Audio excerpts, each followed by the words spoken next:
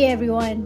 Today we are excited to introduce our prototype for Moneyquest Financial Freedom Edition, a board game designed to make financial literacy both fun and practical. Inspired by the classic snake and ladder format, our game helps players understand money management concepts like income, expenses, savings, and investments in a simple, interactive way. Let me briefly walk you through the main prototypes that we have created. Firstly is the game board. The board is based on snake and ladder but redesigned with financial categories. Snake represents setbacks such as debt or job loss, while ladder symbolizes opportunities like promotions or good investments. Next up, we have cards. We have designed 5 sets of cards, which are income cards give players extra earnings. Expense cards include real-life costs such as car repairs or medical bills. Investment cards simulates gains and risks in investing. Saving cards add value directly to a player's account. And lastly is life event cards, which brings unpredictable scenarios just like in real life.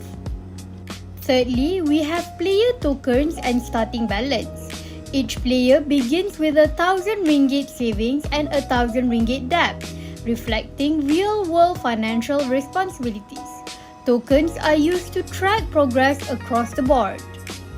For number 4, rules and win condition. The game ends when a player reaches 3,000 ringgit net worth or lands on the financial freedom square. A player who falls into 3,000 ringgit debt is declared bankrupt and will be removed from the game. These prototypes allowed us to play-test the mechanics, balance the difficulty, and ensure that every move reflects real financial decision. Through testing, we learned how to adjust card values and design fair but challenging gameplay. In short, our prototype demonstrates how Moneyquest can transform financial concepts into a hands-on experience, helping players learn by playing. Now, let me explain how to play Moneyquest Financial Freedom Edition. Each player begins with 1,000 ringgit in savings and 1,000 ringgit in debt, to reflect the reality of starting adulthood with both assets and liabilities. Players take turns rolling the dice and moving their token along the board. When you land on a square, you will draw a card and follow the instructions based on its categories. Green for income, you gain money such as salary or freelance earnings. Red for expenses, you pay for costs like bills, emergencies, or lifestyle spending. Purple for investment, you take risks. Sometimes you gain, sometimes you lose. Blue for savings, you add directly to your account, building financial security. Lastly is orange for life events, where you face unpredictable situations like medical bills or sudden bonuses.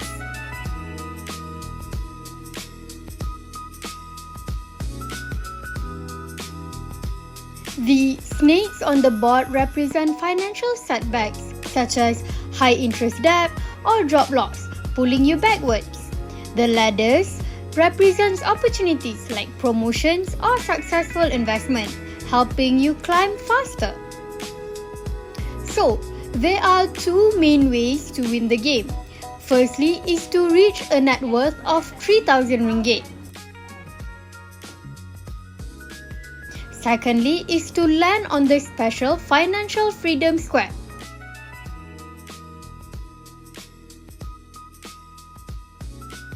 On the other hand, if your debt grows too large and you hit negative 3,000 ringgit, you are declared bankrupt and automatically lose. I got 3,000 in debt. I'm bankrupt now. I lost.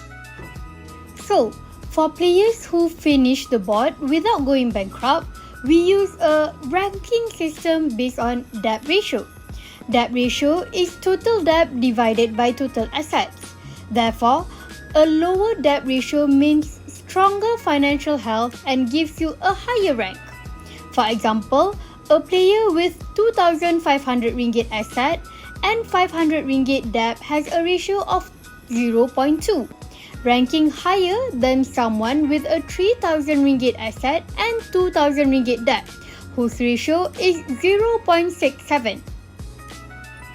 This system shows that it's not just about earning money, but also about how well you manage debt compared to your assets, a key lesson in real financial literacy. So, in short, roll the dice, make decisions, face risks, and see if you can reach financial freedom before debt drags you down.